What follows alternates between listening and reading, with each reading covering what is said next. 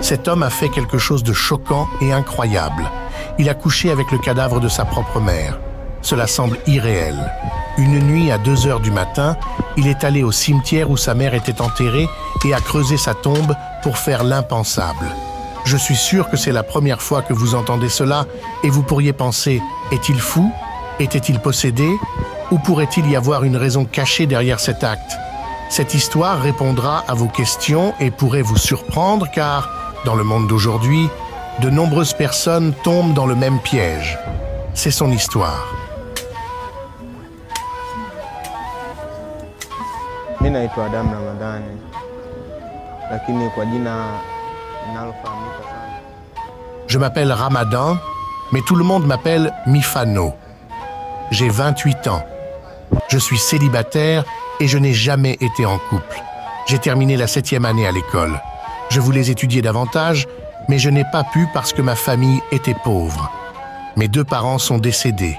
Nous sommes 2 enfants dans notre famille et je suis le cadet. J'ai toujours voulu être artiste. J'aimais regarder les acteurs et les chanteurs et je voulais être comme eux, ou même mieux qu'eux. Quand il était enfant, il aimait attirer l'attention et avait soif de célébrité.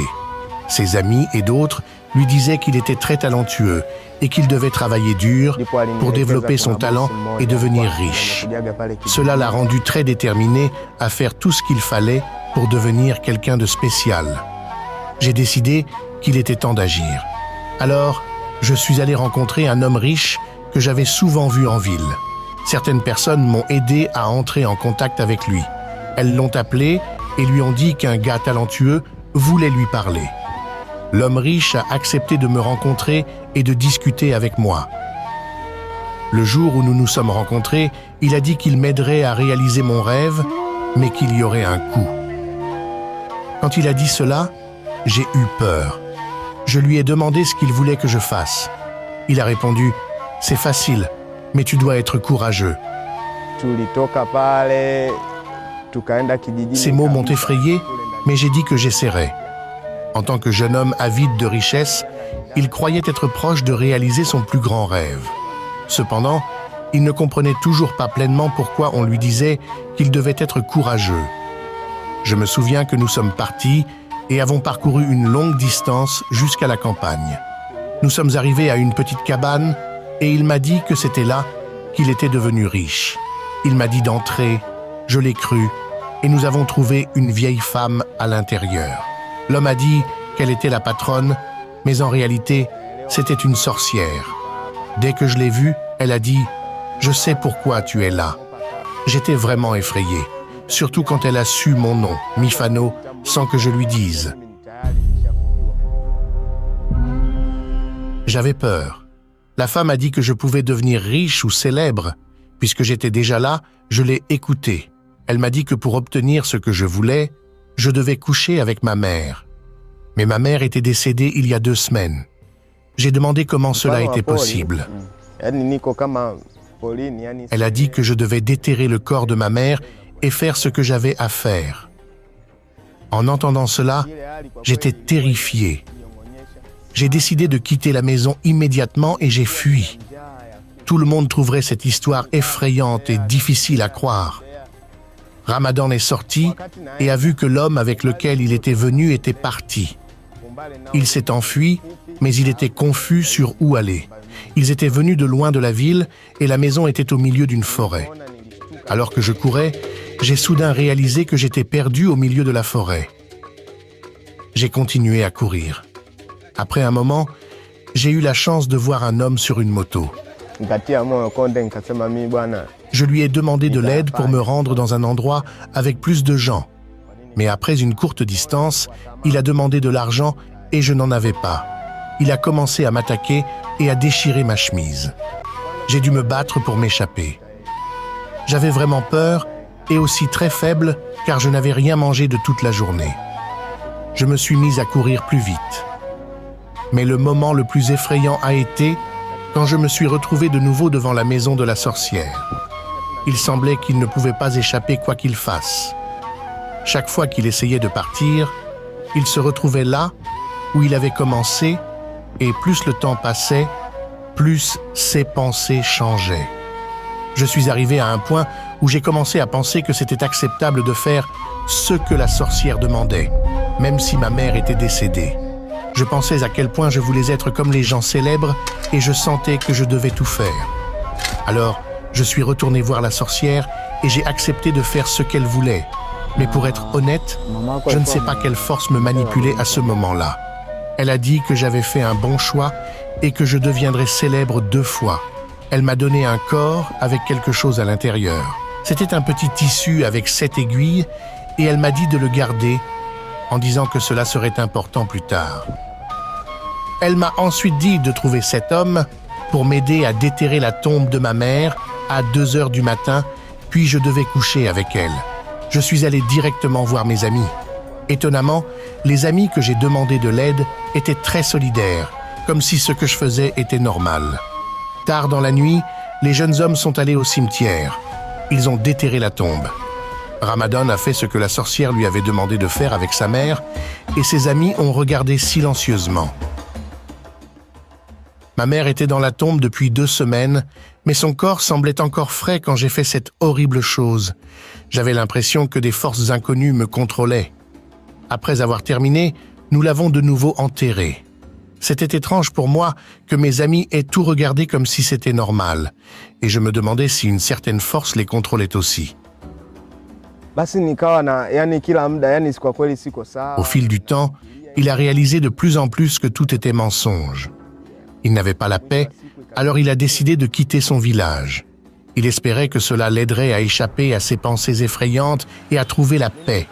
Il a également réalisé que la richesse qu'il voulait était un mensonge et qu'il avait été dupé. J'ai continué à avoir des expériences horribles. Je ne pouvais pas bien dormir et faisais de mauvais rêves.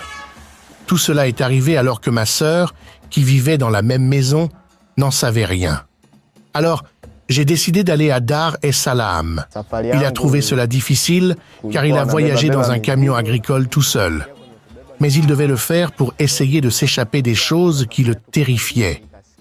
Il pensait que le fait d'aller en ville l'aiderait à échapper à son passé et aux mauvaises expériences qu'il avait vécues. Mais au lieu d'améliorer les choses, déménager en ville a en fait rendu sa vie encore pire qu'avant. Quand je suis arrivé en ville pour la première fois, j'ai travaillé dur, mais je n'avais pas d'endroit où rester. Trouver de la nourriture était difficile, et parfois, je devais laver la vaisselle pour les gens en échange de nourriture. Un jour, alors que j'étais dans la rue, j'ai remarqué une femme marchant et 2 hommes la suivaient. Ils semblaient vouloir lui faire du mal. Quand j'ai réalisé qu'ils essayaient de la voler, je l'ai aidée. Elle était très reconnaissante et m'a demandé de la ramener chez elle. Cette femme était riche. Elle m'a demandé des détails sur ma vie et je lui ai dit que je n'avais nulle part où vivre. Elle a dit qu'elle m'aimait bien et m'a dit de rester avec elle chez elle. Mon cœur s'est apaisé car j'avais trouvé une nouvelle chance dans la vie, mais je me sentais encore incertain à l'intérieur. Ramadan a commencé à vivre une meilleure vie dans cette maison. Il y trouvait tout ce dont il avait besoin. La femme lui donnait tout et prenait bien soin de lui. Mais même avec toutes ces bonnes choses, les souvenirs et les conséquences de ce qu'il avait fait dans le passé continuaient de le suivre. Il ne disparaissait pas et continuait de l'affecter. Pendant mon séjour dans cette maison, je n'ai pas eu de problème, mais je me demandais toujours qui était la femme qui y vivait. Je savais très peu de choses sur elle, même si j'étais resté là depuis des jours. Au fil du temps, je n'ai pas pu chasser les souvenirs obsédants. Je commençais à voir l'image de ma mère la nuit et j'avais des rêves perturbants de temps en temps. C'est alors que j'ai décidé de confier mon histoire à la femme et de partager mon histoire. Je lui ai montré le petit tissu que la sorcière m'avait donné et elle m'a immédiatement dit que cela m'aiderait. Mais ensuite, j'ai commencé à entendre une voix dans ma tête, me prévenant que la femme avec qui je vivais était la même sorcière que j'avais rencontrée auparavant. Cette peur m'a poussé à quitter sa maison.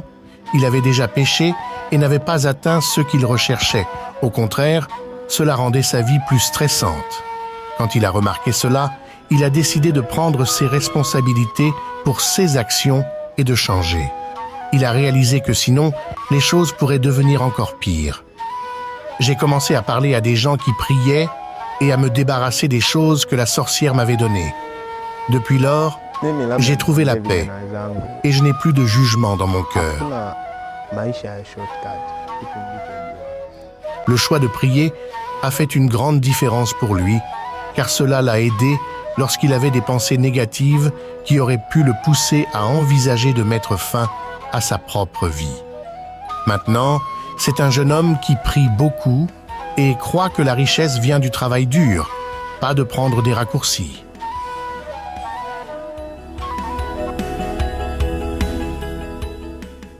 C'est vraiment triste d'avoir eu une mère aimante et ensuite de faire quelque chose de terrible avec son corps mort juste pour devenir riche rapidement.